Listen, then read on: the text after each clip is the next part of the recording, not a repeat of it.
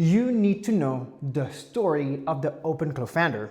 Because this guy, before OpenClaw, he actually built a $100 million company. How did he do that? So I'll tell you how he did it and what can you apply for your own startup. Then he then obviously created OpenClaw after. So how did he do it, right? What is his method to generate winning ideas for startup? And to finish with, if you know about OpenClaw, it's because he went fucking viral. How do you do that? How do you optimize what you do for virality? Let's dive into it. Before, let me introduce myself. My name is Ben. I'm the founder of Pitch Deck Creators. I helped raise over 160 million over the last 4 years. And the reason why I'm doing that is that I love startup and I'd like to share those stories. Anyway, let's dive in. So yeah, this guy was not a random guy, right? He actually created a company that didn't raise, and that's one of the point, but that became a $100 million company. He exited it for, right? And so, you know, you often read in Crunchbase or in TechCrunch, like, oh, this guy did X or Y and Z, and you often fail to see what, not your fault, obviously, right? Because there's a shit ton of information, but it's super easy to feel like you're falling behind and stuff where, hey, those guys have been here in the game for ever, right? So what was his first company?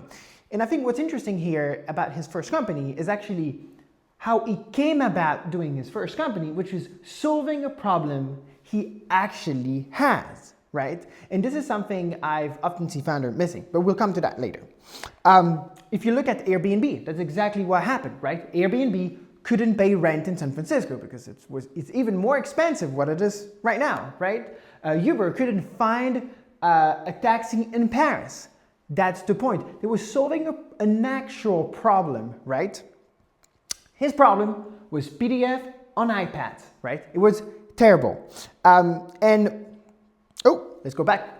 And what I wanted to add here is that the story here is that he was applying for a visa in the US and he needed to handle a lot of, PDFs and shit. And so it was hard for him. So it's a problem that he lived. And I think the key point here is that it's okay if you don't figure out the solution to the problem directly, right? It's okay. But you should be fixated on a single problem that is painful. And this is something that I see is that you see a lot of people now that dreams about building a startup, but dreaming about building a startup is dangerous because sometimes you just forget about the main thing, which is solving something people want, right? The YC shit. And so yeah, as I mentioned earlier, he bootstrapped that company to $100 million.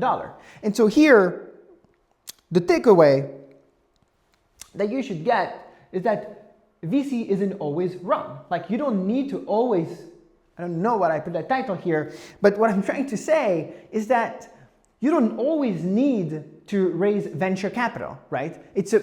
And you can bootstrap your way all the way there, right? However, and I think that's the key point, is like when you say, oh, I can't raise, and it's so hard to raise, and that's my problem. The reality is that is not your problem. The problem is that you don't have traction yet, right? And you say, yeah, but I need to raise to get traction. And that is a proof that no, you should be able to find a way to get traction without a lot of capital. Because now the bar is raised for everything. AI made the bar raised for everything, and traction is part of it. Now, it felt like nothing. Back to the story, back to our friend Peter. I haven't even introduced his name.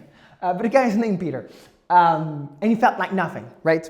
And so he went, raised all of that cash, again, didn't raise all that cash, but built that big company, 13 years of life, and boom. After that, completely burnout, right? People management, board meetings, customer conflicts, no coding anymore, because and I think it's interesting, right? Because if you want to build a very large company, this is where you're heading to. So keep that in mind. It might be fun and all at the beginning, and I mean, those can be fun for some people, but when you read those, this should be fun to you, right? And so what he did is that he took a one-way ticket for Madrid, and then here we are in 2024, somewhere around that, where he's burned out, like, what the fuck am I doing with my life? I need to reconnect with the essence of life, right? And he goes to Madrid, right? But retirement became boring, right? He's like, what the fuck am I doing with my life? And so he went to start building again. He goes back to his computer in just about a year ago. And there, I think having the most interesting thing is that he built 43 apps before OpenClaw, and none of them work, right? And so you could see that as a failure, which to some degree it is, but there's a few learnings here. First is that he didn't give up, right? He built 43 apps. How many pivots did you do, right? Did you do 43 different shit, right? But I think what's interesting is that here, I think you need to think that as building block to arrive to OpenClaw. And this is where, and this is the key, this is where the loop repeats, because the way he created OpenClaw is the same way he created his first company. This is for next. And the thing is, he had an issue, right? He wanted to build all of those apps, right? But those apps, they were hard to build, slow to build, and so he wanted to have agent to help him, right? And that's exactly how he built it. Now, the virality, I'm sorry to announce you, but it was completely accidental, right? And so here, there's no secret sauce. However, did my research, and there's a few things you can take away from how it went viral. Because at the beginning, it didn't go viral at all. People didn't care. Like he posted on Twitter, he said it, like he posted on Twitter and people were like, I don't get it, right? And so what happened is that he created a Discord, and here he offered, in startup words, a demo, right? Something for people to use. And when people started to experience it from their own, they realized how great the shit was, right? And so, the key thing is, others started to explain what he was doing for him in ways that is more understandable. And this is why your YouTube feed has been flooded with OpenClaw, because you have people who saw the solution, understand it, and explain it in a better way that he was. And so now, for you, what does it mean, right? How do you go viral? But this is even beyond that, not only how do you go viral, but how do you make someone understand what you do, so them to use it, so them to invest in you, is that you need to explain correctly what you do. And here you'd be, thank you, Benjamin, that doesn't help a lot, right? But how do you do that? How do you explain what do you do? From my experience making countless pitch decks and spending a shit ton of time writing them, the key difference here, what you need to do is to make them feel the pain, how painful it is. And if we loop back to OpenClaw, people only understood when they were able to use it. How do you put the VC, your user, in the shoes of the person who has the problem?